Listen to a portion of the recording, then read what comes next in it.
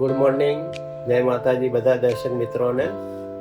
કાલે પડ્યો બહુ વરસાદ અમદાવાદમાં, પાણી ભરાઈ ગયા, સ્કૂલોમાં કોલેજોમાં રજા છે અને વાગી ગયા છે સવારના 11. હજી વરસાદ બંધ થવાનું નામ લેતો નથી. ગાડીમાં થોડી જગ્યાએ પાણી ભરાઈ ગયું છે, તો અત્યારે ગાડી જોવા જઉં છું નીચે. કાલે રાત્રે એમ તો બધું સાફ કરી નાખ્યું હતું, પણ તો અત્યારે જોઈ લઈએ. નીચે પાણી ભરાયું છે થોડુંક, જ્યાં પગ મૂકવાનું ફ્લોરિંગ હોય ત્યાં. તો અત્યારે બધું સાફ કરી નાખીએ ને તો પછી વાસ આવ્યા કરશે.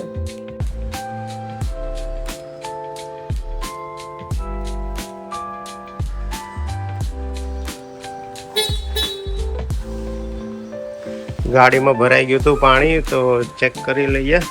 કાલે રાતે એમ તો બધું ખોલીને સાફ કર્યું હતું, બધું કાઢીને બહાર મૂકી દીધું છે. તો નીચે છે ને થોડું પાણી આવી ગયું હતું ફ્લોરિંગમાં ને એમાં.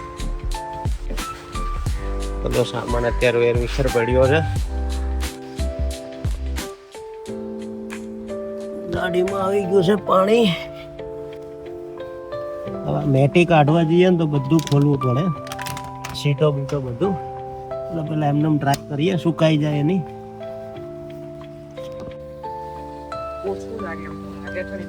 પાણી નીચે બી આવી ગયું છે. ગાડીમાં કઈ વાંધો નથી, ગાડી તો ચાલુ છે, ચાલુ થઈ ગઈ છે ગાડીને. કાલે તો છે ને એટલી બધી ગાડીઓ તરતી હતી, મારી ગાડી પણ તરવા માંડી હતી.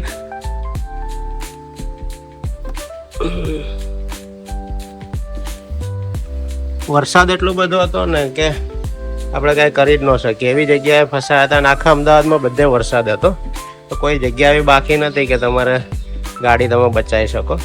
લોકોના પાર્કિંગમાં પાણી ઘૂસી ગયા હતા, તો ઊભી ગાડીઓ પણ તરતી હતી, અને ચાલુ ગાડીઓ તો રોડ ઉપર એમને તરવા માંડી હતી, પાણી ભરેલા હતા ને તો.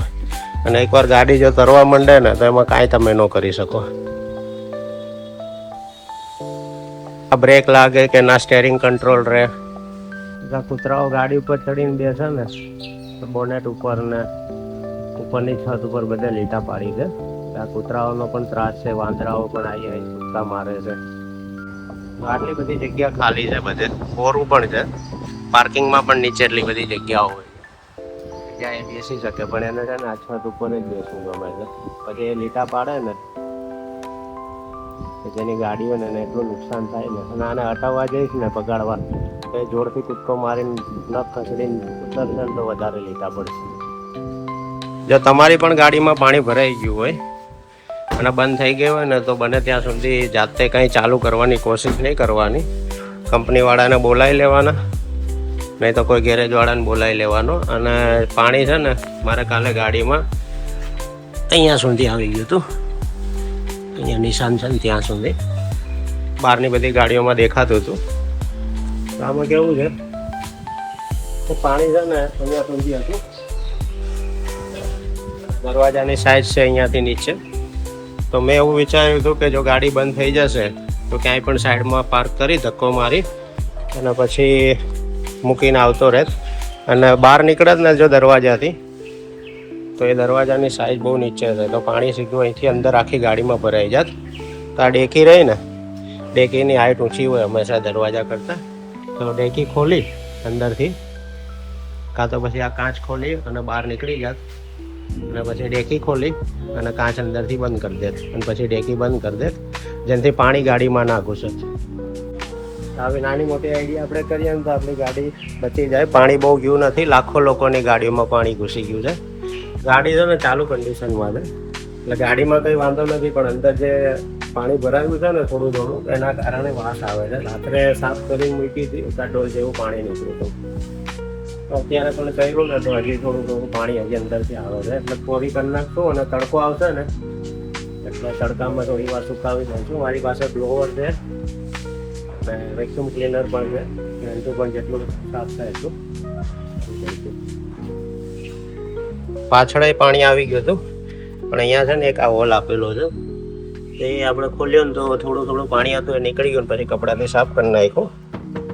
તો આ મેટીન રહીને એટલી મસ્ત ફિટિંગ કરેલી હોય છે, આ નીકળે નહીં. અને કાઢવી હોય તો આપણે ગેરેજવાળા પાસે લઈ જવી પડે, પછી આવું ફિટિંગ આવે નહીં.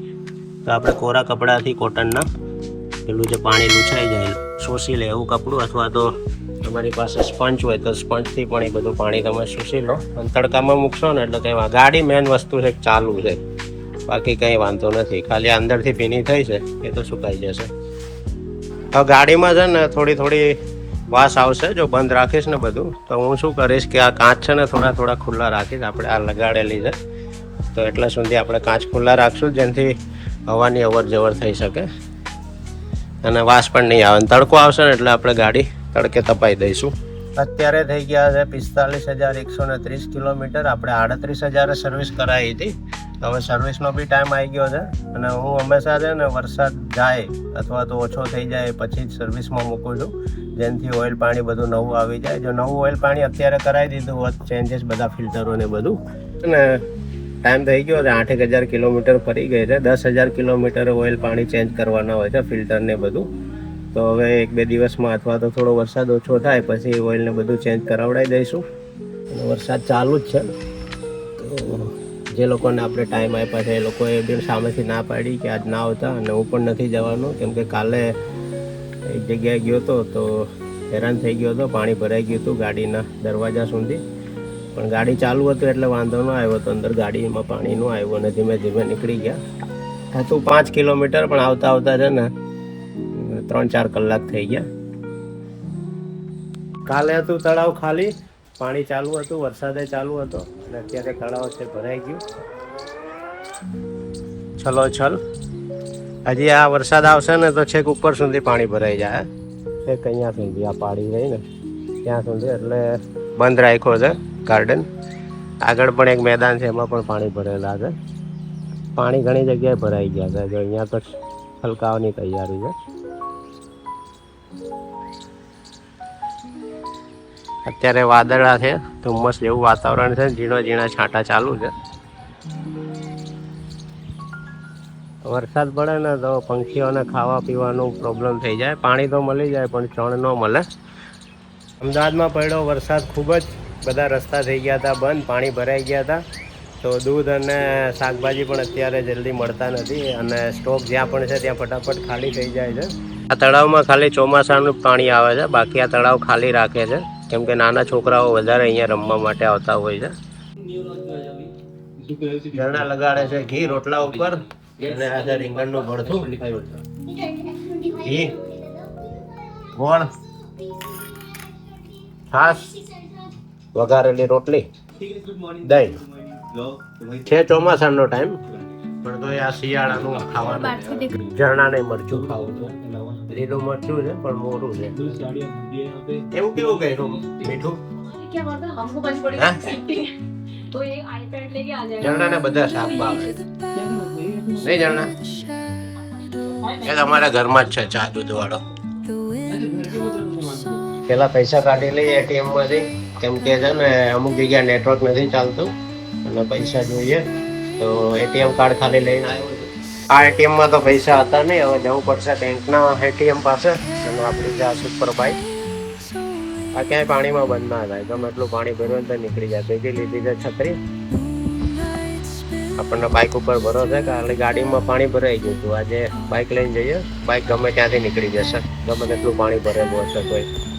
અને કદાચ બંધ થઈ જાય તો આપણે ધક્કો મારીને પણ પાણીની બહાર કાઢી લેવાય. ગાડીમાં એવું ન થાય. કાલ ગાડી તરવા માંડી હતી, હવે તરતી ગાડીને કેવી રીતે લઈ જવી? પૈસા કાઢવાના હતા તો આ એટીએમ માંથી નીકળી ગયા. નીકળ્યા અહીં કે ઉપર જાવ. અહીંયા છે બ્રાન્ચ પીઓબી ની. આપણી પડી છે બાઈક અહીંયા છે મેટ્રો સ્ટેશન.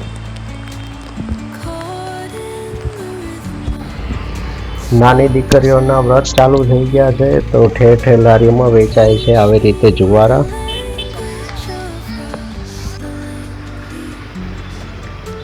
વરસાદ થઈ ગયો છે બંધ પણ હજી અમુક જગ્યાએ પાણી ભરેલા છે.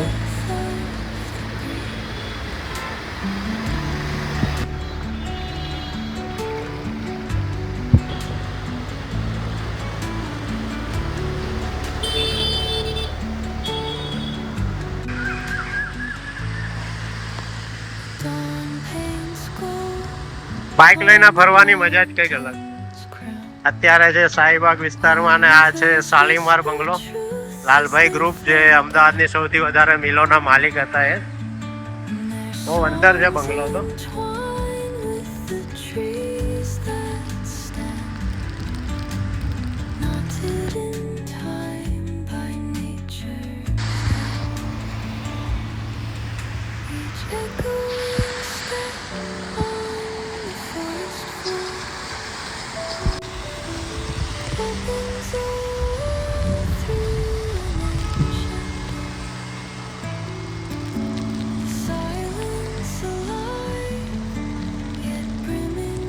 કાલે અમદાવાદમાં આટલો વરસાદ પડ્યો ને પણ નદી છે ને એકદમ કોરી છે.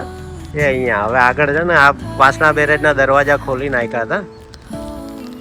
આગળ જાણે કદાચ ઉપર વરસાદ થાય તો નદીમાં પાણી છોડવાનું થાય એના કારણે પણ કદાચ ખાલી કરેલી હોય. જાણે ચંદ્ર ઉપર આવી ગયા હોય ને એવા અહીંયા ખાડા પડી ગયા હતા, ગોળ ગોળ કુંડાળા. અને આ છે નદી.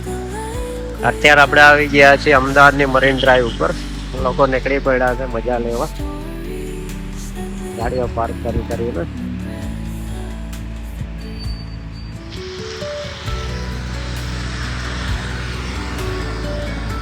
ઘણાને એવું થાય કે આ કેમ વિડીયો બનાવતો હોય છે ખાલી ખાલી. તો વિડીયો છે ને મને બનાવવાની ઈચ્છા થઈ ગઈ.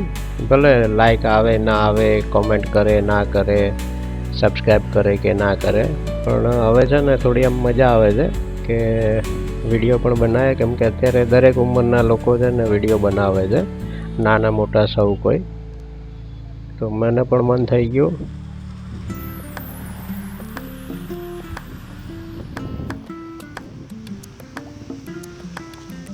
હેરિટેજ પાર્ક છે આ, સાબરમતીના કિનારે આવેલો છે, અટલ ઘાટની બાજુમાં સામે.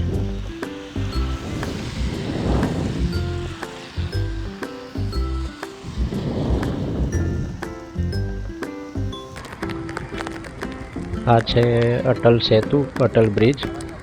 એનો વિડીયો બનાવવા કંઈ ખોટી વસ્તુ નથી. ચાલે કે ન ચાલે, આપણી ઈચ્છા છે તો એ પૂરી કરી દઈએ. અને જો ચાલી ગયું તો કંઈ વાંધો જ નથી. પણ હું કંઈ એના માટે નથી બનાવતો કે આમાંથી પૈસા કમાવું. આપણે આપણું કામ ચાલુ જ છે, જે કરીએ છીએ. તો સાઈડમાં આપણી પાસે ટાઈમ હોય છે તો આવા વિડીયો બનાવીએ અને લોકો જોવે છે, ઘણાને ગમે છે તો લાઈક છે ને કોમેન્ટ પણ કરે છે, સબસ્ક્રાઈબ પણ કરે છે. આ અમારે ભણવામાં આવતી હતી, સીધી સૈયદની જાળી, લાલ દરવાજા. અને છે પાલિકા બજાર, રોડની નીચે પાલિકા બજાર આવેલું છે જ્યાં કપડાઓ વેચાતા હોય છે. આ છે હાઉસ ઓફ એમજી, અગાસે હોટલ. ખૂબ જ મોંઘી છે. 1-2 વાર હું ગયેલો છું, જમવા માટે નહોતો ગયો. નગરદેવી ભદ્રકાળી માનું મંદિર છે, લાલ દરવાજા, પાથરણા બજાર છે ત્યાં જ. એને નગરદેવી કહેવામાં આવે છે. અને બાજુમાં છે મોટો ભદ્રનો કિલ્લો, એ પણ જોવાલાયક છે, પણ એમાં પરમિશન હોય તો જ જોવા મળે. હું 1 કે 2 વાર ગયો છું. મારા એક રિલેટિવ ત્યાં જોબ કરતા હતા તો આપણને એ જોવા મળ્યો હતો. ક્લાસ 1 ઓફિસર હતા, એમના કારણે આપણને આ છે ભદ્રનો કિલ્લો. એમના કારણે આપણને આ કિલ્લો અંદરથી બહારથી બધેથી જોવા મળ્યો હતો.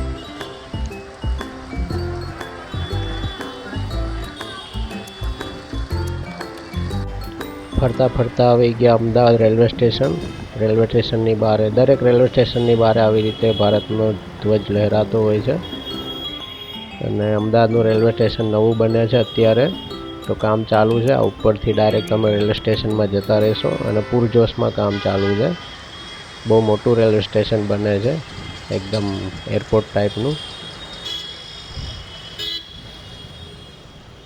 અત્યારે અમુક સ્ટેશનો બંધ કરી નાખ્યા છે, તોડી નાખ્યા છે. અને ઘણી બધી ટ્રેનો પણ બીજી જગ્યાએ, બીજા સ્ટેશનો પર ડાયવર્ટ કરી દીધી છે. આ છે મોટું રેલવે સ્ટેશન.